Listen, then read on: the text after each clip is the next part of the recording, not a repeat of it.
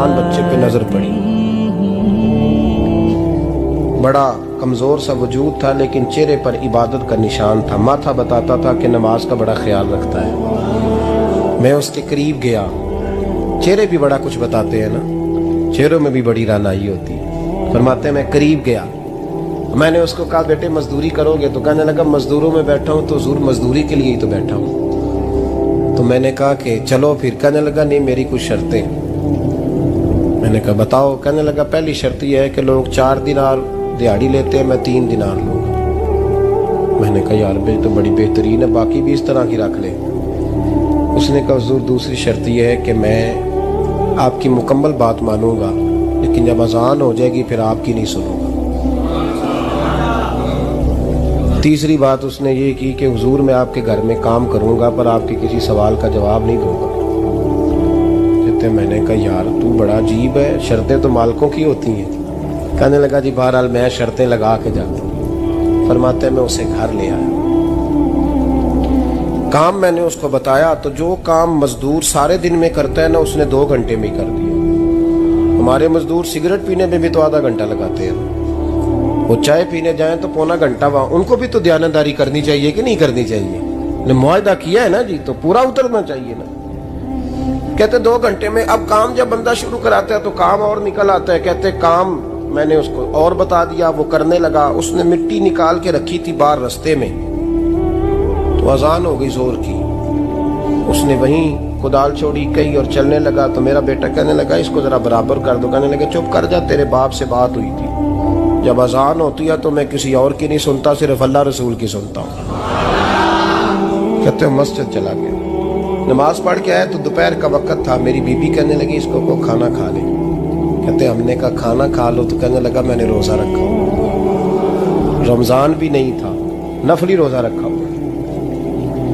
فرماتے ہیں شام ہوئی, میں نے 3 دینار دیے. تو میں نے کہا تیرا نام کیا ہے؟ کہنے لگا میں نے آپ سے کہا تھا میں کسی سوال کا جواب نہیں دوں گا.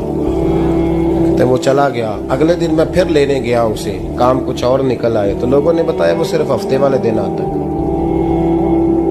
میں نے کہا کیوں؟ کہنے لگے جی وہ کہتا ہے میرا ہفتے کا خرچہ 3 دینار ہے. جب 3 دینار کما لیتا ہوں تو باقی سارا ٹائم اللہ رسول کی ذکر میں گزار دیا کرتا ہوں. فرماتے ہیں جی اگلے ہفتے میں پھر لینے گیا. میں نے پورا ہفتہ انتظار کیا کہ کام اسی سے کرانا ہے. میں جب گیا تو میں نے کہا چلو. کہنے لگا میری شرطیں یاد ہے نا؟ اور میں نے کہا یاد ہے بھائی ساتھ چل. فرماتے ہیں کام کرایا. 2-3 ہفتے وہ آتا رہا. ایک ہفتے میں گیا تو لوگوں نے کہا حضور آج نہیں آیا. کیوں؟ کہنے لگے بیمار ہو گئے. کہاں گھر ہے؟ کہنے لگے بغداد کے قبرستان کے پیچھے جو کچی آبادی ہے اس میں رہتا ہے. فرماتے میں گیا, دروازے پہ دستک دی تو کہنے لگا حضور آپ ہیں؟ دروازہ کھولا ہے, آ جائیے. فرماتے ہیں میں اندر گیا تو میں نے کہا تمہیں کیسے پتا چلا میں آیا ہوں؟ کہنے لگا حضور اللہ والے ہو, آپ نہیں آنا تھا, ورنہ امیر تو غریبوں کا پتہ لینے کوئی نہیں آتے. کہتے میں قریب گیا تو کہنے لگا میں آپ کا انتظار کر رہا تھا, تیز بخار ہے, تپ رہا. جیب سے کچھ پیسے نکالے. کہنے لگا یہ پیسے رکھ لیں. ایک انگوٹھی نکالی. کہنے لگا حضور آج رات کو میرا انتقال ہو جائے گا, ان پیسوں کا کفن خرید کے صبح جنازہ پڑھ کے مجھے دفن کر دینا, اور جب دفن کرو تو یہ انگوٹھی لے کے عصر کے بعد ہارون رشید کے پاس جانا. آپ اسے کہنا میں نے ملنا ہے پر وہ آپ کو ٹائم نہیں دے گا. آپ اس کو آواز دیجیے گا کہ تیری ایک امانت ہے میرے پاس. پھر وہ آپ سے ملے گا تو انگوٹھی دے دیں, پھر آپ میری طرف سے فارغ ہیں. حضرت فرمانے لگے تیرا نام؟ اور کہنے لگا حضور وقت تھوڑا ہے, آج رات میں نے جانا ہے, بڑی لمبی معافی مانگنی ہے رب کریم سے, اگر مناسب سمجھے تو مجھے اپنے رب سے تنہائی کر دیں.